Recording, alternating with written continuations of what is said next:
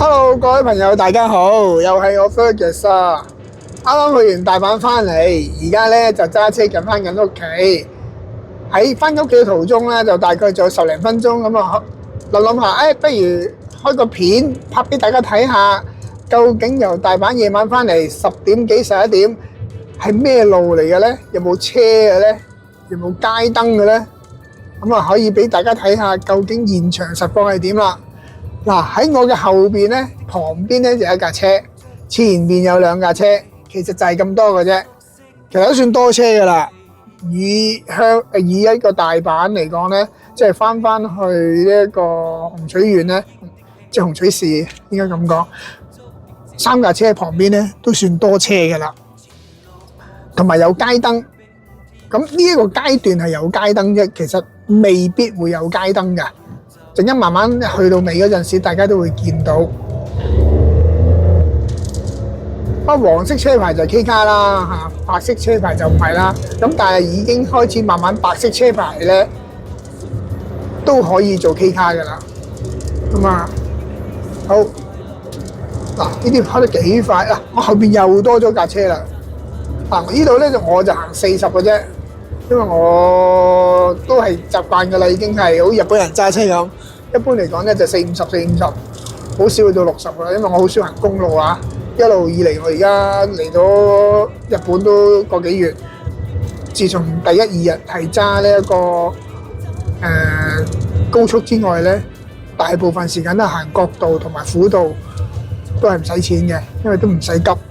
原因就係你快得個半個鐘，慢又慢多半個鐘，不如唔好嘥啲咁嘅就為錢啦。去旅行就唔同啦，秒秒鐘都係錢，可能你覺得咁，但係我覺得，如果將來我再去旅行嘅話咧，其實我都係行國道同埋輔道，除非真係爭好遠啦，因為好似去名古屋咁樣啦，輔道應該話國道咧就會真係慢差唔多成個鐘嘅。好啦，睇翻前面啦，哇，係好似跑馬咁啊！一出閘咧，你會見到前面係冇街燈嘅，就得3架車，跟住我後邊仲有3架車，你話突然間有幾架車喺後邊一路過我頭啦。可能你見到呢條片嘅時候咧，你會覺得有冇搞錯啊？係咁俾人過嘅，梗係啦，佢哋係地膽嚟噶嘛，我唔係啊嘛。同埋我個牌好緊要嘅，我牌攞嚟揾食嘅，我唔會同佢哋癲嘅。嚟到呢度咧都係紅綠燈咯，咁都係記住啦，綠燈先好過啦，紅燈唔好過啦。同埋喺十字路口要小心啲啊，有冇啲失驚無神嘅人衝出嚟啦？咁上面又寫住喺關西空港，其實呢個方向真係去緊關西空港嘅。如果大家有留意我右手邊嘅話咧，有一座閃密紅色嘅建築物咧，就係嗰座就係關西空港對出嚟嗰條橋嘅最高嘅建築物，嗰座大廈，其實真係地標嚟嘅嗰個。你離遠就見到佢，即係話行緊呢個方向咧，就係機場方向，亦都係我翻緊屋企嘅方向嚟嘅。而家一路前邊咧，你見到個對頭車，而家冇啦。嗱，我後邊又冇車嘅，前面啲車咧就走晒啦，得翻紅綠燈嘅啫。就冇街燈嘅，係啦，咁啊旁邊有一眼啊，嚟到就小心啦，望一望兩邊啦。其實好多時候咧喺日本咧揸車咧喺唔係馬路度咧，即係得車嘅啫，唔會有人㗎。當然亦都有機會有例外，大家都要小心。好啦，千祈唔好諗住搏大霧衝過去啊，好危險㗎喺日本。因為日本人揸車真係諗住綠燈就綠燈，冇車就照衝㗎。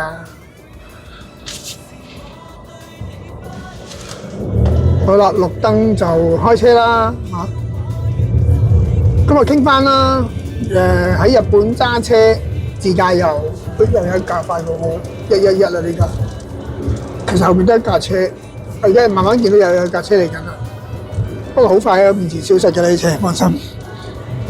喺日本揸車自駕遊咧，若果大家買咗全保嘅話咧，咁當然好多大家都會覺得好安心啦。咁但係咧，咁我又同一啲當地嘅日本人傾開偈啦，佢哋自己都講緊啦，就係話，若果你買咗全保都好啦，就算你買咗全保都好啦，有啲地方咧都係神聖不可侵犯，你唔好去有啲意外觸碰到，就係咩咧？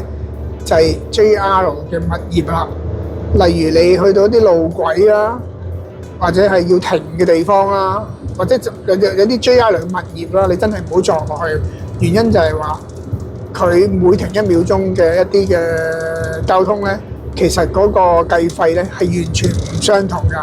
咁呢個當地日本人同我講㗎嚇。咁當然啦，裏邊好多細節嘢亦都講唔到咁多。總之一句講晒，去到一啲鐵路位必須要停低。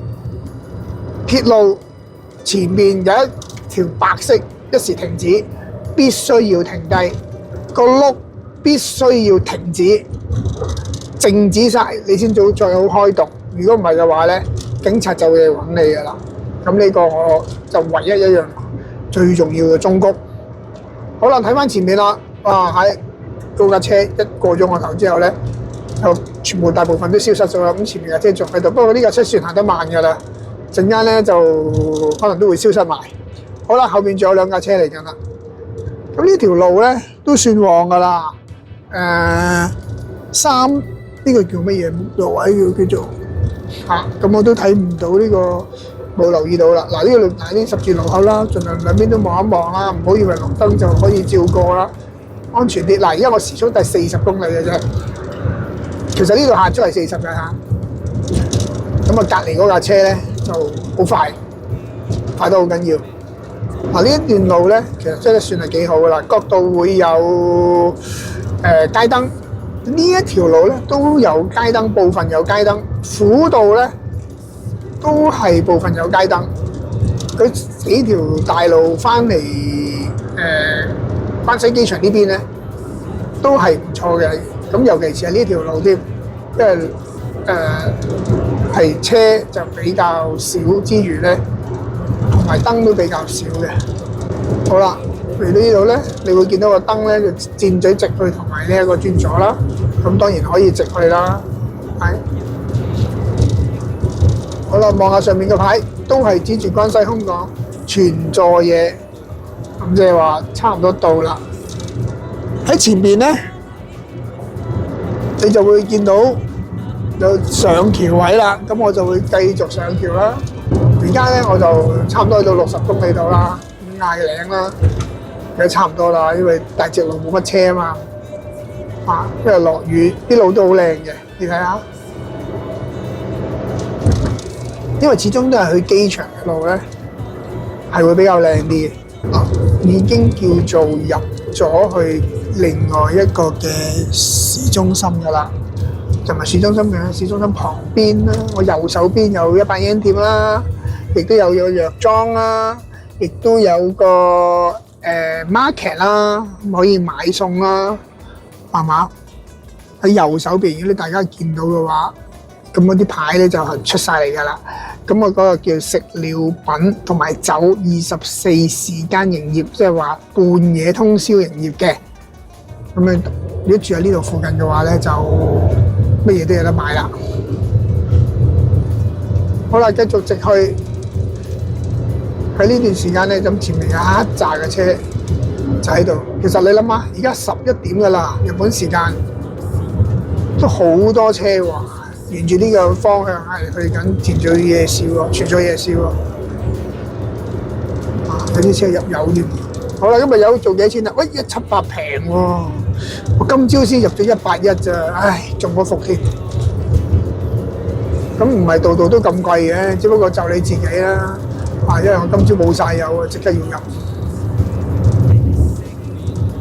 咁我講下我依家660嘅 K 卡啦，行嘅油啦，要用幾多啦？可能大家都未知道究竟用幾多咧。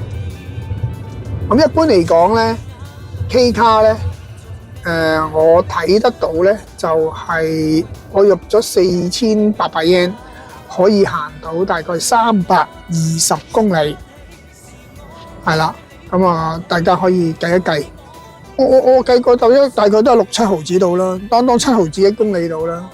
咁我嗰日去 check 過下啲Jenny 啦，就大概1公里咪1litre就行10公里啦。咁有啲唔同嘅，我轉咗啦，咁咪離開條大路入細路啦。好啦，嗱入到細路真係唔同啦。真係細路仔嘅細路啊！咁啊，你講緊有啊，咁啊，如果2000cc 以上嗰啲咧，通常都要個幾嘅去到。啊，點計都好複雜，但係就 K 卡我就覺得係7毫子就真係6、7毫子就 OK 嘅啦。啊，呢個唔錯嘅一個 performance 嚟嘅。好啦，而家呢度咧一盞燈都冇㗎嚇，係旁邊啲咁嘅招牌燈嘅啫。咁啊，前面架車就行咗去好遠㗎啦，已經距離有100米以上㗎啦已經。我當然我唔會追佢啦，係咪？我而家我唔係頭文字 D， 我而家托開咗，我唔係行40嘅啫呢度，咁亦都冇必要行咁快。啊，因為天雨路啊，嗱，唔使快啊，轉頭佢喺你面前出現啦，已經係啊，佢都要等燈口，我都係轉右嘅，有眼旁右手邊一眼低燈，幾眼啦，都叫多噶啦。嗱，而家我行緊係低燈嚟嘅，我俾個高燈大家睇下啦，咁啊去到至到咁遠，咁啊一般嚟講低燈都見到就唔開高燈噶啦。除非真係黑到好緊要啦。好啦，而家呢度咧，你哋望落好似唔係話唔光，其實喺我嚟講咧就光。其實呢度有個彎嘅，係啦。咁開高燈咧就安全啲啦。反正前面都冇車，係咪？好，又睇得到前面啦。喂，有對頭車啦，已經係好。啊，呢度小心啦，因為始終都係三角路口嘅車嚟啦，全部都綠燈，咁我繼續直去啦。我而家都行緊40公里度啦。好，佢轉咗，我都跟佢轉咗。你睇翻呢啲路咧，似唔似去西貢？其實同佢西貢差唔多，西貢有街燈咁解。咁當然啦，入到嚟呢個位又唔係好似啊，呢度位又好似去咗石崗。其實同香港啲路咧好相似嘅。其實夜晚喺日本揸車咧，其實大家要留意左手邊呢啲駁位，左手邊見唔見到？好多時咧，就啲人咧揸車嘅人或者新手揸車日本嘅咧，就冇留意呢個駁，就有時唔覺意咧個轆咧就揩到佢嘅，咁啊導致到搶軚，咁啊意外又會出現嘅。好，見唔見到呢度好窄路啊？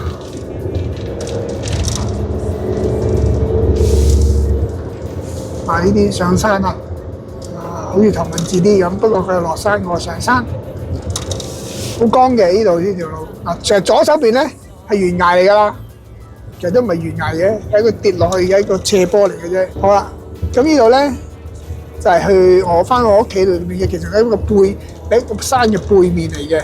咁呢條路咧就好好行嘅。咁啊 Gogo 又帶我行呢條路，其實甚少行㗎啦。左手邊呢啲好靚嘅住宅嚟嘅。我同阿 Becky 日頭睇到咧，睇到舐曬啊！口水真係好靚、好大、好闊嚇，真係日頭係睇唔到嘅，要夜晚日頭睇先睇到，夜晚睇唔到嘅啊！就係上緊山嘅，係因為我住嘅地方咧比較高少少，前面有間紅燈，其實呢啲全部係住宅區嚟嘅。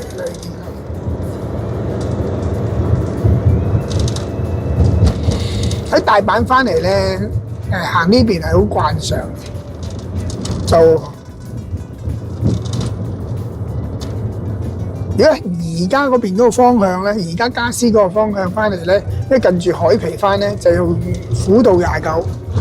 咁因為我係頭先喺呢個LaLaport啦，即係個 Outlet 嗰個翻嚟啦，因為嗰邊咧係比較近埋邊啲，即係籠統啲講嘅，就離海旁係特別遠嘅，所以佢選擇咗呢一條虎道行，就行山路呢邊翻嚟嘅，所以一路咧就係兩邊嚟嘅。以前就唔知啦，初嚟報到，但係而家咧就清楚咗好多。係啦，你睇下，其實咧，如果你大家有留意咧，前方右手邊咧係有好多燈光咧，其實咧係成個存在夜市喺下邊嘅，呢條係山頂嚟嘅，可以話係。咁我住嗰個位置咧就接近山頂嘅啦，已經係半山腰嚟嘅啦，已經係。因為租地方係唔容易一件事嚟嘅。當有一個業主肯租俾你嘅時候咧，其實冇話山腰啊、山背啊、海邊又好，乜都好啦，都要即刻做。如果唔係嘅話咧，你走甩咗咧，你玩下手你都要可能有機會等1個月、2個禮拜，大家都唔知道嘅。所以咧，哇，好大霧喎！咁犀利嘅啲霧，見唔見到啊？不如，第一次嘅啫喎，我以為咩嚟嘅添，原來霧嚟嘅喎。一路過嚟咧就好多燈光，其實呢條路真係幾好行。其實大家咧都唔好擔心喺日本咧，可能係好難行啲路，其實唔係太難行㗎，所以大家放心，係可以大家可以駕馭得到，只要大家唔好超速咧就得㗎啦。點解停咁耐？好啦，咁綠燈再開車啦。咁我右手邊呢啲咧係住宅嚟，其實呢個全部都住宅。佢睇下嗱，離遠見唔見到就紅色一點點，有隻好大嘅 building 喺度閃緊燈啊，紅色嗰座，真係嗰座地標就係機場對出嗰座嘢嚟㗎啦。好啦，嗱，我屋企都差唔多到啦。希望咧呢條片咧，大家可以攞到啲 idea 點樣去日本揸夜車啊！有啲乜嘢唔怕留言俾我啊！咁我同大家傾下偈啊，係嘛？可以喺呢一度預祝大家嚟緊去日本玩得開心啲，去大阪揾我啦！